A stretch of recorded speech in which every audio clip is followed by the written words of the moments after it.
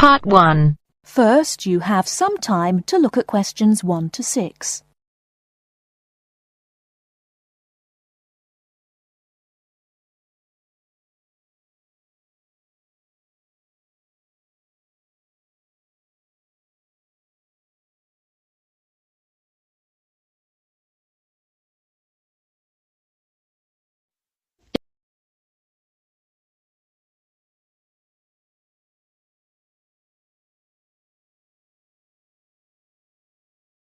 Excuse me, I want to ask you about the charges for meals. Are they the same as they were last year? No, I'm afraid they're not. We've managed to keep most of them the same, but we've had to increase the charge for breakfast. How much is it now? It's $2.50. It used to be $2. I see. What about lunch? It's unchanged, still $3. Does dinner still cost $3? Yes, it does. We've managed to keep the prices down this year, but the best deal is the 3-meal plan for $48 per week. We give you vouchers to present when you come into the cafeteria, and you get 21 meals for your $48.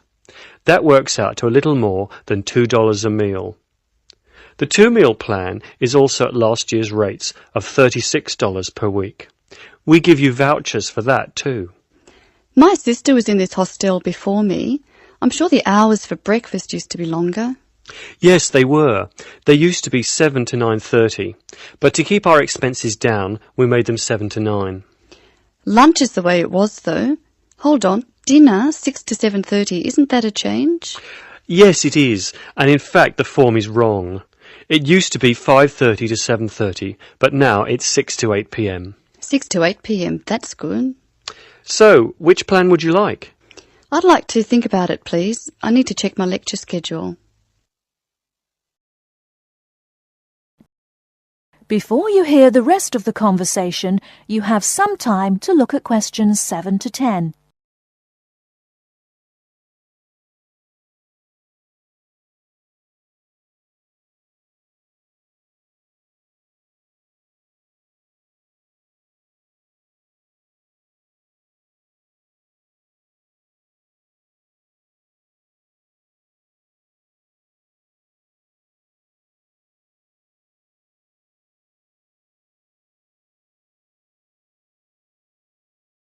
Can you tell me how to get to my room, please? Of course.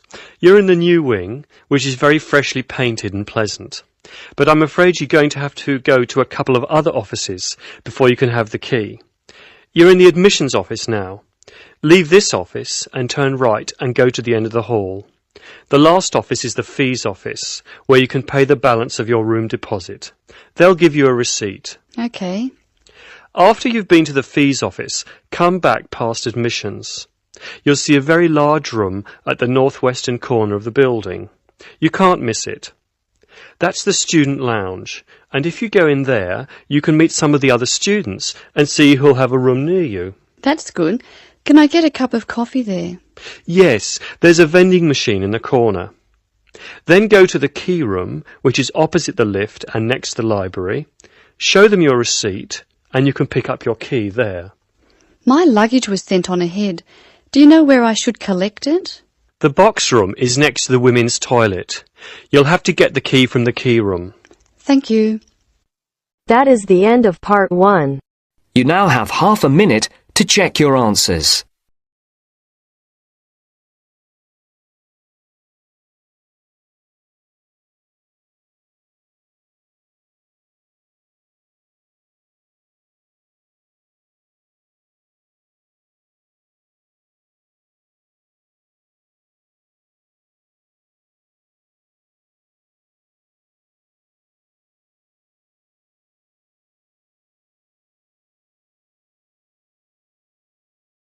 Now turns to Part 2. Part 2. You will hear a tour guide talking to her tour group. First, you will have time to look at questions 11 to 15.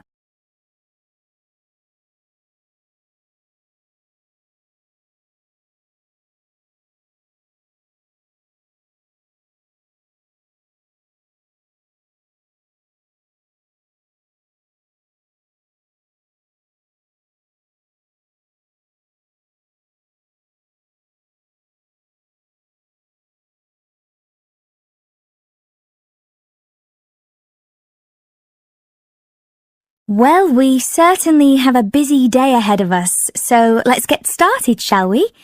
You'll find a map of the museum with the itinerary I've just handed out. The museum's our first port of call, so let's have a look at the map now. The door on the right of the entrance hall leads into the gift shop and ticket centre. Once we pick up our entrance tickets, I'd ask everyone to deposit their bags and coats in the cloakroom, which is located towards the back of the gift shop and ticket centre. If you want to pick up an information leaflet, you can approach the information desk situated along the right-hand side. Now, once you come back into the entrance hall, the door on the opposite side to the gift shop leads into the art gallery. There is a special exhibition on there at the moment which is not to be missed. If you continue on up the entrance hallway, that leads into the main exhibition centre.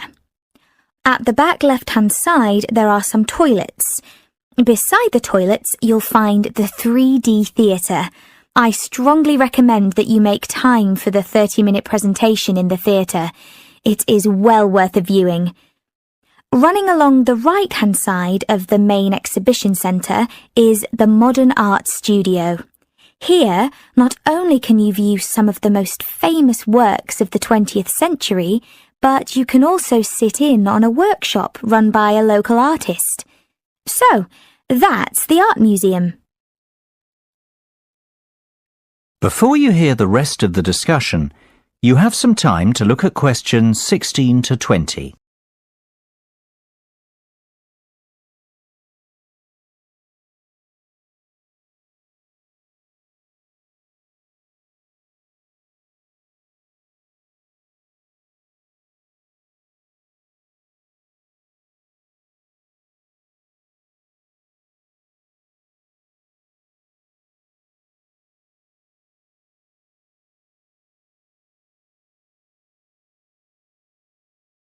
Next on the itinerary is the aquarium. Depending on how long we spend at the museum, we might have to give this one a miss. It's not what I'd call a highlight of the day, but it would be a shame if we didn't get to see it, as it's en route to the Solheim Country Club, where we're booked in for lunch at 1 o'clock. Originally, we had planned to stop off at the Milltown Winery afterwards, but we've had to scrap that plan, otherwise we'd never get to the zoological gardens before closing time. We have pre-booked the gardens and must be there by 2:30, so no dilly-dallying please after lunch. Straight back onto the bus. The gardens close at 3:30, so we've an hour there, which should give us ample time to look around. Time allowing, we'll stop off at the famous Stout Brewery after that, if traffic isn't too heavy, and we're in Lincoln before 5. If not, we'll head straight for the National Concert Hall, where you're in for a real treat of an evening, with a performance from the world-renowned cellist, Andrei Borovsky. We have to be in our seats by 6:30 sharp. After that, it's back to the hotel for the night, where a buffet meal will be waiting for us at 8:30, or whenever we get back. That is the end of part 2. You now have half a minute to check your answers.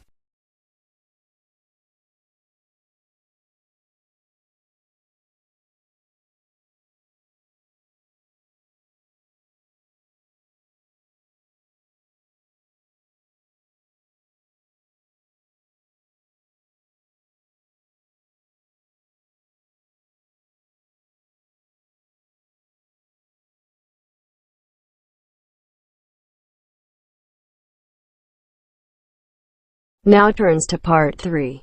Part 3. You will hear two geography students talking. An older student, called Howard, is giving advice to a younger student, called Joanne, on writing her dissertation.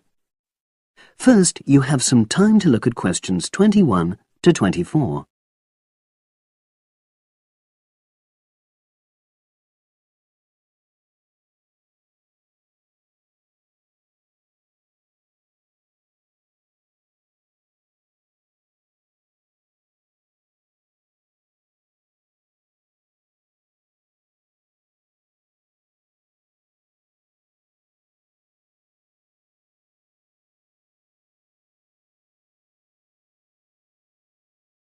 Hi, Howard. I haven't seen you for a while. Hi, Joanne.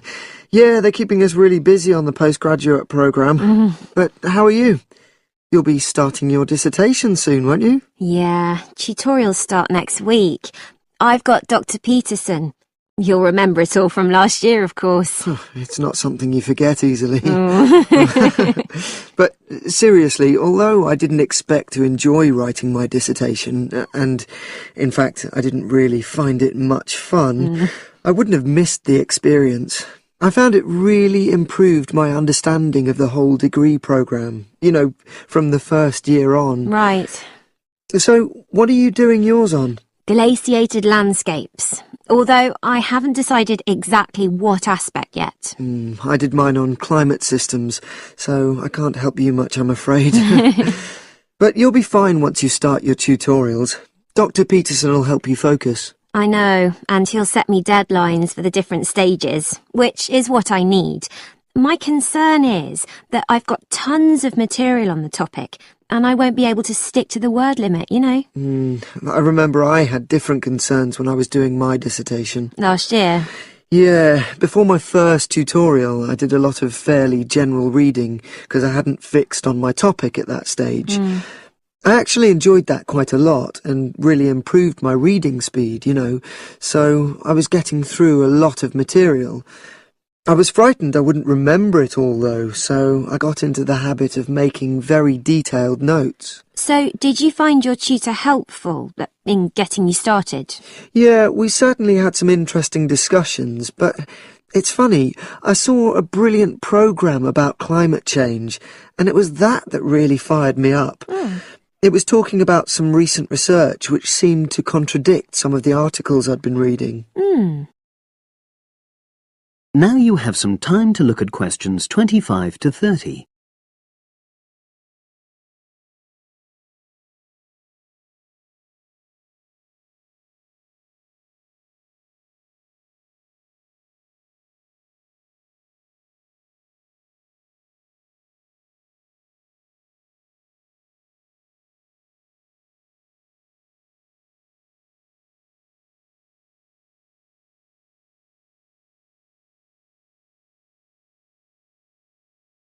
So you say your tutorials start next week? Yeah.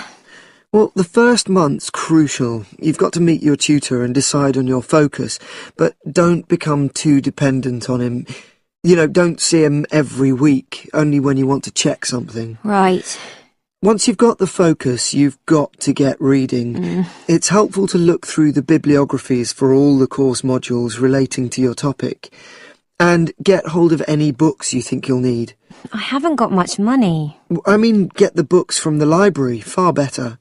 And I suppose I should prepare a detailed outline of the chapters? Yeah, absolutely. But don't feel you have to follow it slavishly. It's meant to be flexible. OK. Now, I'm someone who likes to get writing quickly. I can't just sit and read for a month. Not like me, then.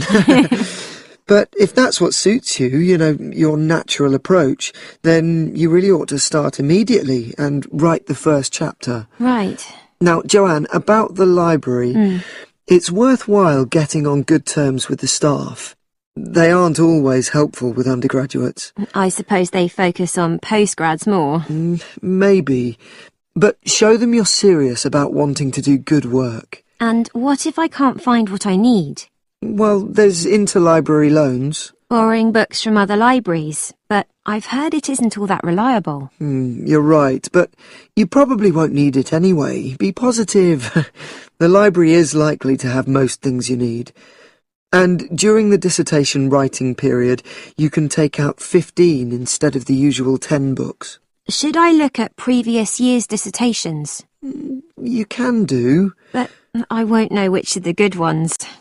The library only keeps the best, and the staff can advise you. Are they willing to do that? Oh, yeah. And I'm worried about getting journal articles from the electronic library. Have you tried to find any yet? No. Well, you should. It's really straightforward. That's obviously something I'll have to look into.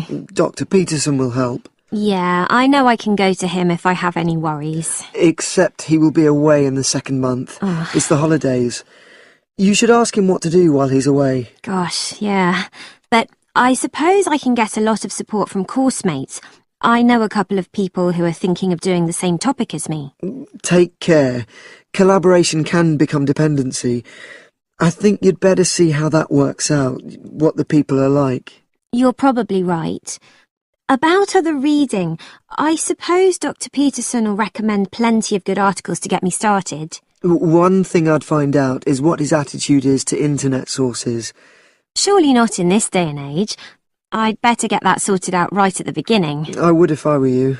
And I've also got some questions about the research sections. How much time I should spend explaining the process? Well, I think that's up to you. You can see how it develops as you're writing. OK. It's the same with things like time management. That's something a tutor can't really help you with. I agree. So, is there anything else you need me to go over? That is the end of part 3. You now have half a minute to check your answers.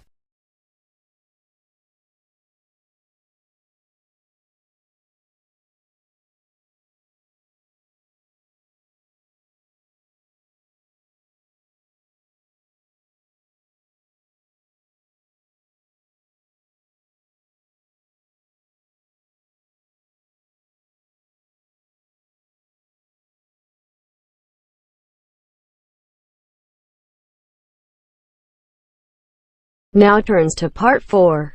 Part 4. You will hear part of a talk on cat breeds. First, you have some time to look at questions 31 to 40.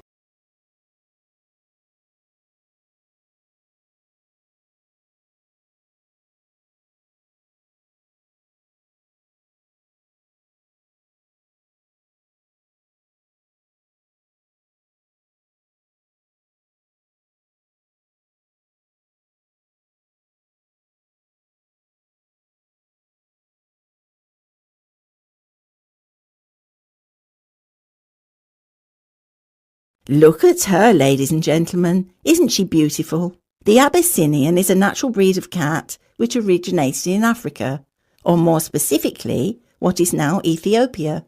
Today it is found in much of the surrounding African continent, particularly Somalia. Its head is broad and moderately wedge-shaped, and it has relatively large pointed ears, like the specimen you can see here in front of you. It is typically a reddish colour, and is known for the unusual M-shaped marking, which often appears directly above the two eyes. See here. It has a medium-length coat in a sort of ticked pattern, ticked being a term to describe when the hair gets progressively darker from root to tip. There you go, little fellow, well done. Now this gentleman, he is a male, I can assure you, is the Aegean. The Aegean is of Greek origin, as you might have guessed, and is thought to have come from the Cycladic Islands. It's considered to be the only native Greek breed of cat. It is one of the newest and therefore rarest cat breeds, but relatively plentiful throughout Greece.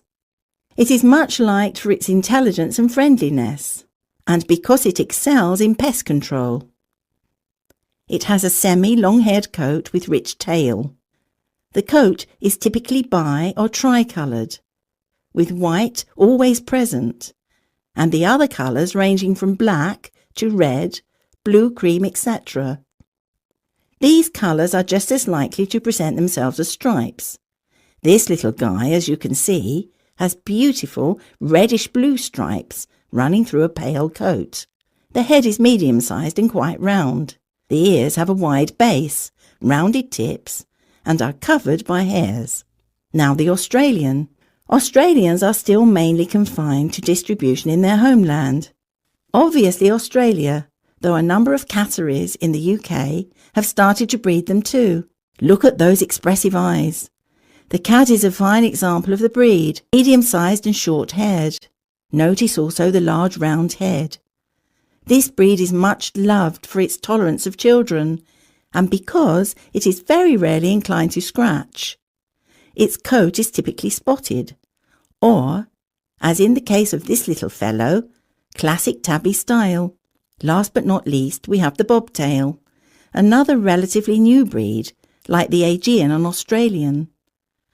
The bobtail first appeared in the 1960s in the United States, the only country in which it has a significant distribution, and is most notable for its stubby, bobbed tail, which is only something like 1/3 to 1/2 the length of a normal cat's tail.